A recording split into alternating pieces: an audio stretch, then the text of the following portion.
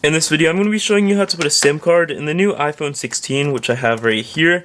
Now, first off, you can actually see, if you look on the side panel here, there's no actually opening, like to actually open the SIM card as there is on one of these. This is an iPhone 11, and it goes up to the 14, where you can do the typical SIM card method, where you can actually find the slot on the side of the phone, which you can see right here, which you can actually just use like a toothpick thing and take it out and physically put it in.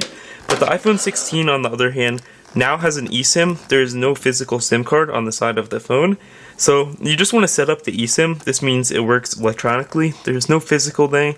So you just go to the settings on your phone, click on cellular options here, and from here, all you want to do is you scroll down to the option called add eSIM right here. Now, if you already have one, you can delete it and add another one, but I'm going to add one. And once you click on this, it will take a second to load, but you want to choose your provider, or actually choose another option here, or from here you can transfer from a nearby phone, or use QR code.